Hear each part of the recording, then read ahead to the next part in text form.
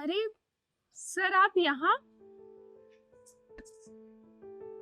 Sir, कैसे आपने पहचाना मुझे? मैम, आप इनके पैर क्यों छू रही हैं? उन्हें 2 कौड़ी का सिक्योरिटी गार्ड। पर आप बिजनेस वूमेन है, आप पैर छूती अच्छी नहीं लगती।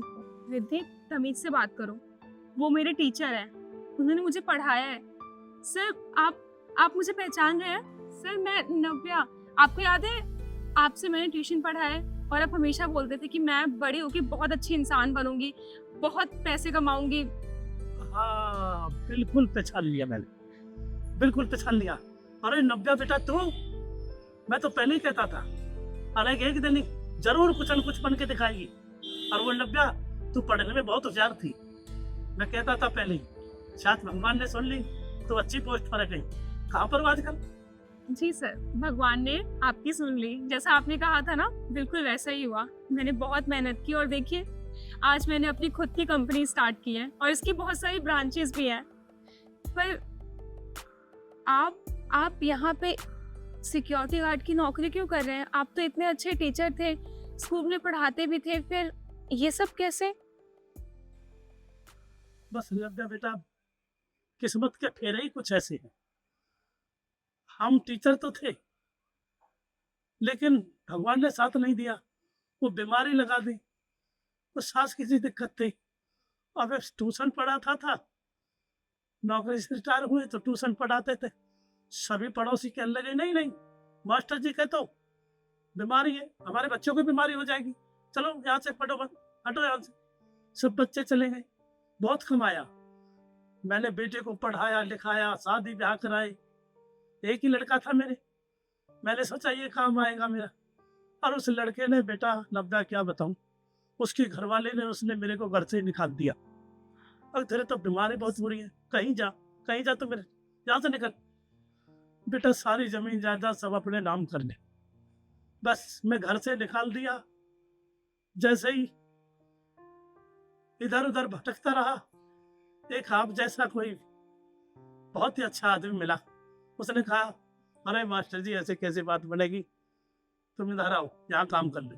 बस बेटा ये नौकरी मिल गई, इससे ही अपना पेट पूजन कर लेता हूँ, बढ़िया गुजारा चल रहा। बेटा एक छोटा सा कमरा ले रखा किराए पर, बस अब गार्ड की नौकरी मिली है बेटा। सर, मुझे ये सुन के बहुत बुरा लग रहा है कि आपके साथ इतना सब कुछ हो गया। मुझे तो विश्वास ही नहीं हो रहा कि आपका खुद का बेटा, जिसके लिए आपने इतनी मेहनत की, इतने पैसे लगा दिए जिसकी पढ़ाई में, उसने ही आपको घर से निकाल दिया। आप देखिएगा, वो एक ना एक दिन अपने फैसले पे जरूर पछताएंगे। और देखिए, आपको यहाँ पे सिक्योरिटी गार्ड की जॉब करने की कोई जरूरत नहीं है। मुझे बहुत अच्छे से पता है कि आप एक बहुत अच्छे टीचर हैं। आप ऐसा क्यों नहीं करते कि आप मेरी कंपनी ज्वाइन कर लीजिए? वहाँ पे तो आपके लायक बहुत सारे काम हैं। आप ये सब काम छोड़िए और आप चलिए मेरे साथ। अरे नहीं नहीं नव्या बेटा, मैं ऐसे कैसे काम छोड़ दूंगा, तो बगैर मुझे नहीं हो सकता किसी को। तो बहुत अच्छी है वो साहब है ना, और वो मैम साहब, दोनों बहुत अच्छे हैं। सर, मैं आपकी बात समझ गई कि वो लोग बहुत अच्छे हैं। उन्होंने आपके बुरे वक्त में आपका साथ दिया, आपको नौकरी दी। और ये तो बहुत अच्छी बात है कि उन्होंने ऐसा किया।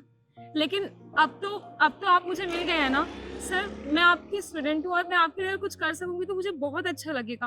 आप देखिए, आप ये सब काम मत कीजिए, मुझे जरा भी अच्छा नहीं लगेगा। आप प्लीज चलिए मेरे साथ, मैं आपको यहाँ पे काम नहीं करने दूंगी। तो नव्या बेटा मैं मान रहा हूँ तेरी बात, ये तो बहुत बुलंद सी लड़की है, बहुत बढ़िया पढ़ी लिखी है, लेकिन क्या करें, उस बेटे का क्या करूं बेटा, वो तो अपना था ना, और तू तो एक पराई है। अब अपने नहीं मेरे लिए ही सोची, कितना बुरा किया मेरे साथ। बस बेटा ठीक है, तेरा काम अच्छा चल रहा है, अगर तू ज्यादा ही कह रही है तो कोई बात नहीं। मैं अब तू ज्यादा ही कह रही है तो बेटा मैं साहब से मिलता हूँ, कहता हूँ साहब मैं कल से नहीं आऊंगा, वो मेरा घर का काम है कुछ, मैं वहां जा रहा हूँ। जी सर, आप उन्हें जाके मना कर दीजिए और आप मेरी कंपनी ज्वाइन कीजिए। ठीक है बेटा, तो बताते हैं कल आपको, आता हूँ मैं, जाओ अपना काम करो, मैं कल आता हूँ।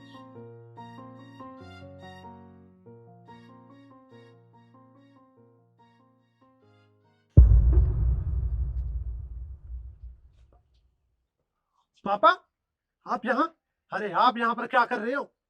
आपको पता है, अगर किसी को पता चल गया कि मेरा बाप चौकीदारी का काम करता है तो मेरी कितनी बेइज्जती होगी। और आपको यही जगह मिली थी काम करने के लिए।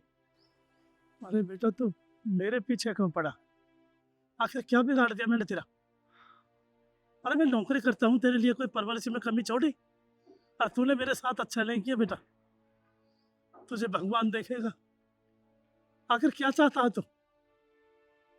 मैंने तुझे पढ़ाया लिखाया और तू घरवाली के चक्कर में आकर मेरे कोई घर से बाहर निकाल दिया। देखो, मुझे ना इस चीज से कोई फर्क नहीं पड़ता। और हाँ, मेरी बात कान खोल कर सुन लो। आप यहाँ पर काम करते हो ना, कोई बात, लेकिन आपको आज के आज ही यहाँ से काम छोड़ना पड़ेगा। यहाँ से जाकर कहीं और काम ढूंढिए। जाइए जाइए। अच्छा, बहुत बढ़िया। तुम्हें पता भी है जिससे तुम इस लहजे में बात कर रहे हो वो कौन है?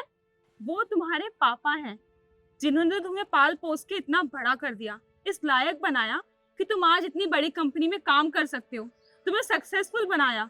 तुम्हें याद तो होगा ना, उन्होंने अपने सारे पैसे, अपनी जिंदगी भर की कमाई तुम्हारी पढ़ाई पे लगा दी ताकि तुम्हें दर दर की ठोकरें ना खानी पड़े, तुम एक सक्सेसफुल इंसान बन सको। और तुमने क्या किया उनके साथ?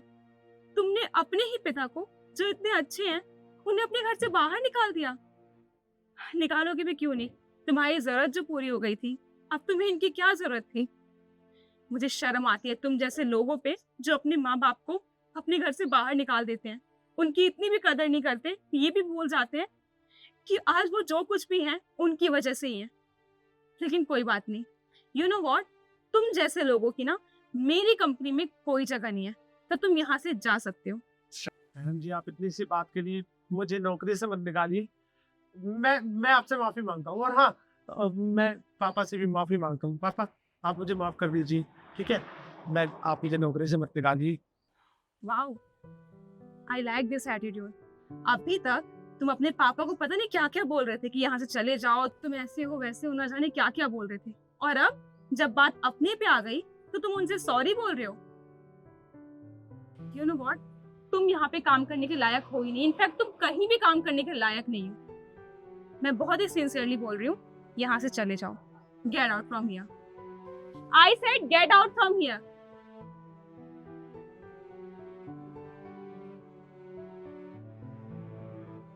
सर, आप बिल्कुल फिक्र मत कीजिए, अब आपको कोई यहाँ से नहीं निकालेगा। ये मेरी कंपनी है और आप यहाँ पे जैसे मर्जी वैसे काम कर सकते हैं। वाह बेटा वाह, कैसे विचार है, कितने अच्छे संस्कार है तेरे।